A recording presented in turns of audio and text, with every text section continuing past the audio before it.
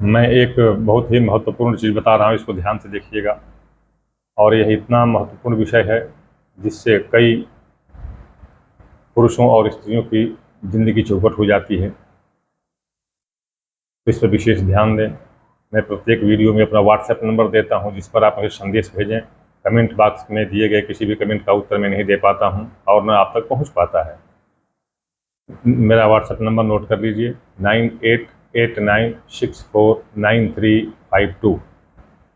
तो इस पर आप संदेश दीजिए। आवश्यक हो तभी, टाइम पास के लिए मत दीजिए, क्योंकि टाइम पास कर देंगे तो मैं उसका उत्तर नहीं दे पाऊंगा। ज़रूरत हो, बिल्कुल आवश्यक हो, तभी दें। अभी मैं ये बता दूं आपको कि कुछ औरतों में, मतलब लड़कियों में, कुछ योग ऐसे होते हैं जो बड़े ही खराब योग हैं, अशुभ योग हैं।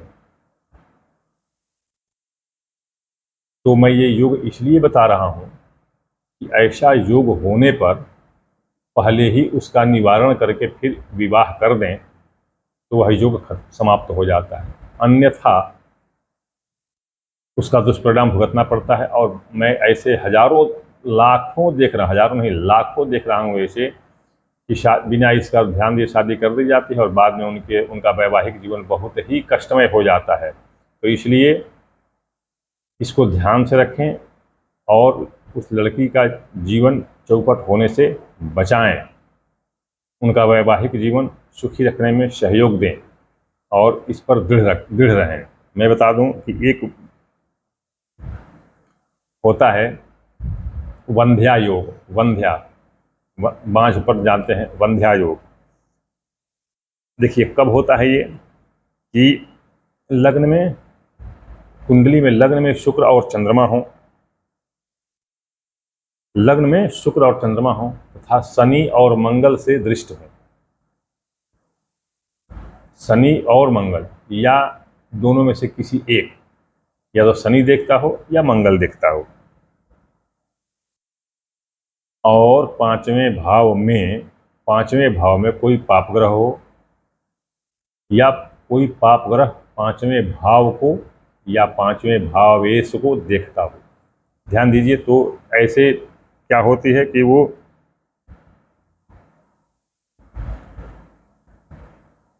उसको कोई संतान नहीं होती है, कोई संतान नहीं होती है।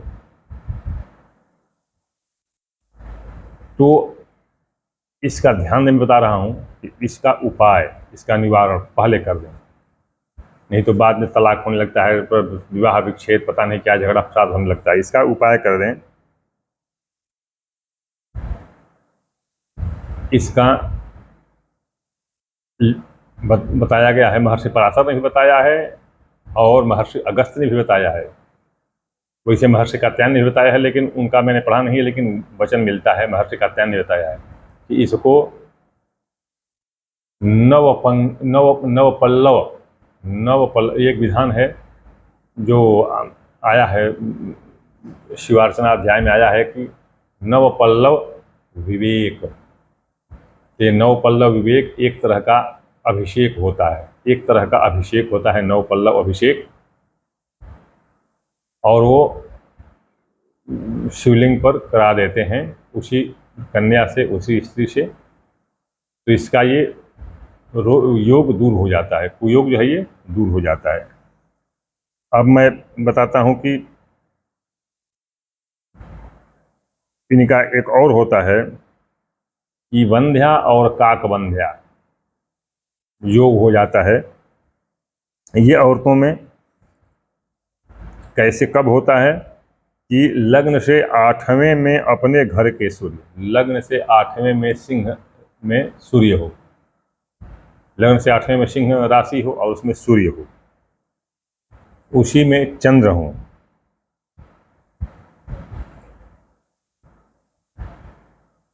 और उसी में दोनों सूर्य चंद्र दोनों हो, चाहे वो सिंह हो चाहे कर्क हो। 8वें में चाहे सिंह हो चाहे कर्क हो, उसी में सूर्य हो अकेले, चाहे चंद्र हो अकेले, चाहे दोनों हो।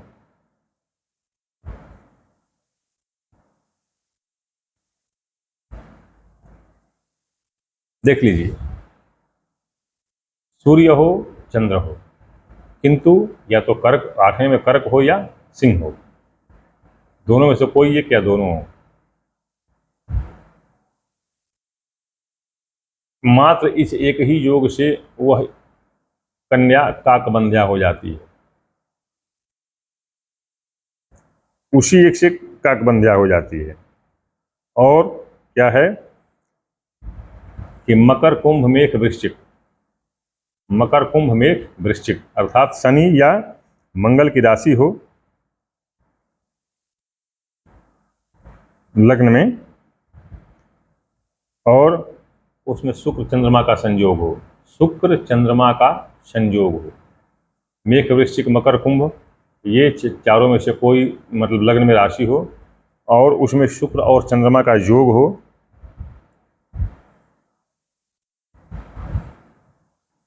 और किसी तरह से उन पर किसी पाप ग्रह की दृष्टि हो, पाप ग्रह की दृष्टि हो तो वह काकबंध्या होती है, बांझ होती है। अब जैसे मरा हुआ किसी का गर्भ नहीं रुकता हो या रुकता हो तो बच्चा मरा हुआ उत्पन्न हो जाता हो, तो उसको क्या कहते हैं, मृतवत्सा। यह योग होता है, कब होता है, 7वें भाव में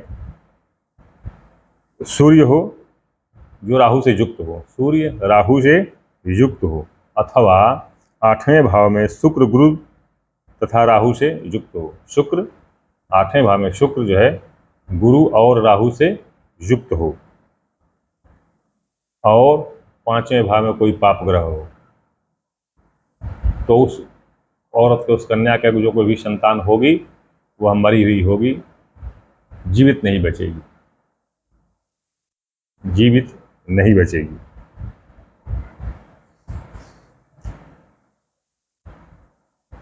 यही स्थिति होती है कब, जब 8वें में शुक्र गुरु और मंगल हो, 8वें में शुक्र गुरु और मंगल हो, या 7वें भाव में मंगल शनि से युक्त हो, 7वें भाव में मंगल शनि से युक्त हो, या शनि से दृष्टि हो, शनि की दृष्टि भी हो, तो कन्या का गर्भस्राव हो जाता है। विवाह होने के उपरांत उसका गर्भ रुकता ही नहीं, गर्भस्राव हो जाता है। एक और होता है विषकन्या, विषकन्या होता है जो, विषकन्या का योग ध्यान देखिएगा, ये प्रायः पाया जाता है। विषकन्या का योग, मान लीजिए भद्रा तिथि हो, भद्रा तिथि, भद्रा तिथि किसको कहते हैं, एकम अर्थात प्रतिपदा को, सप्तमी को और द्वादशी को। कहा गया है ना कि तिथियों के बारे में कि भद्रा, जया, पूर्णा, ये तिथियां जो होती हैं, पहली प्रतिपदा को भद्रा कहते हैं, वैसे ही सप्तमी को भद्रा और द्वादशी को। तो ये तिथियों में तीनों में से कोई एक हो, रविवार, मंगलवार या शनिवार में कोई एक दिन हो, अश्लेषा, शतभिषा और कृतिका, इन तीनों नक्षत्रों में से कोई एक नक्षत्र हो,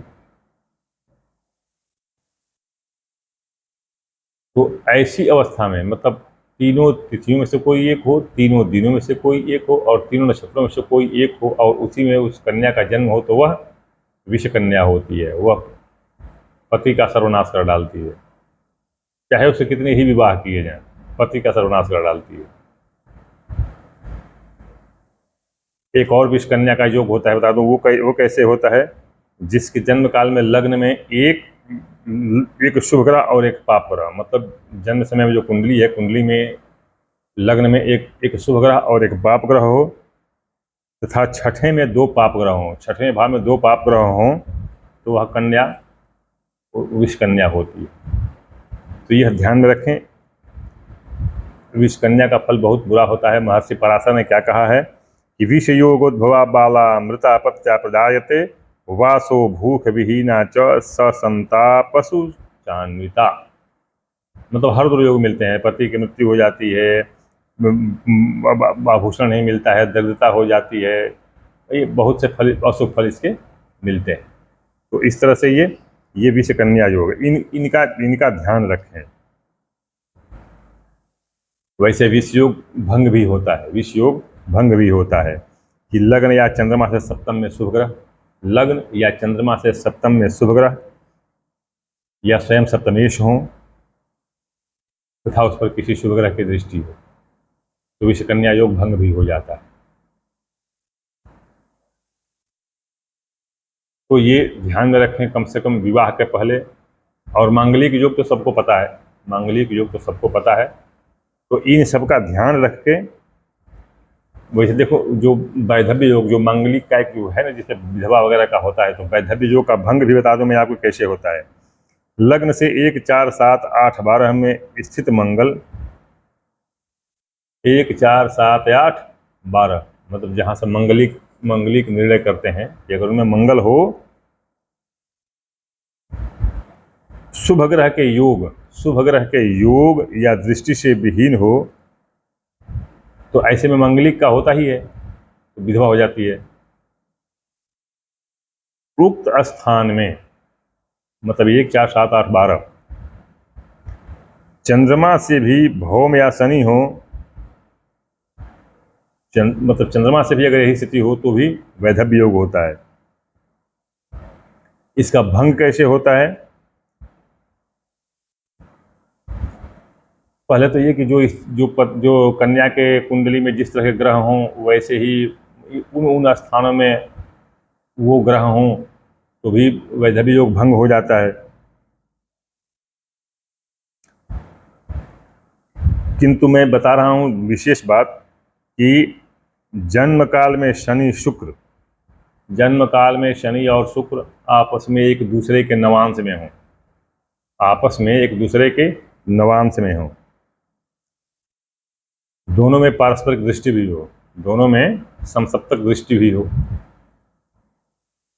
अथवा वृक्ष या तुला में लग्न में कुंभ का नवांश हो तो उसका जो है वैधव्य योग जो है वो समाप्त हो जाता है, वो फिर उसको वैधव्य योग नहीं रह जाता है। ये सब चीज़ें आप कृपया कन्या की शादी से पहले ध्यान में रखें, उसका सुखी जीवन चाहिए तो। अब बताता हूँ कि कभी कभी होता है, गलती से नहीं होता है और विवाह ऐसी स्थिति में हो गया, ये दुर्योग बताए अशुभ योग इनमें हो गया और जिसके कारण उसको ये फल भुगतने पड़ रहे हों, तो इसका निवारण कीजिए। इन सब का अलग अलग निवारण होता है, मैं कराता नहीं अपने मंदिर में, बहुत सारा ऐसा मैं कराता रहता हूँ, तो इनका निवारण कराइए। कुछ लोग, मुझे याद तो नहीं है कि मैं कितने हजार करा चुका, याद नहीं है, तो कुछ लोगों के बारे में सूचना मिल जाती है, जिसको फीडबैक कहते हैं, मिल जाती है, कुछ लोग नहीं देते हैं। जितने का मुझे ज्ञात हुआ है उनकी ज़िंदगी आज सुखी है, कम से कम 14-15 साल तो हो ही गए, उनकी ज़िंदगी सुखी है। तो इसका निवारण पहले करा लीजिए, फिर कन्या की शादी कीजिए और सुखी रखिए। अगर विवाह हो गया हो, ऐसी स्थिति उत्पन्न हो जाती हो कि पति से मनमुटाव हो गया, विवाह विच्छेद होने लगे, पुत्र नहीं होता हो, पुत्र होता हो तो मर जाता हो, इत्यादि जो ये अशुभ योग में बताया हो जाता है, तो उनका निवारण कीजिए और वह दोष उनसे दूर हो जाएगा।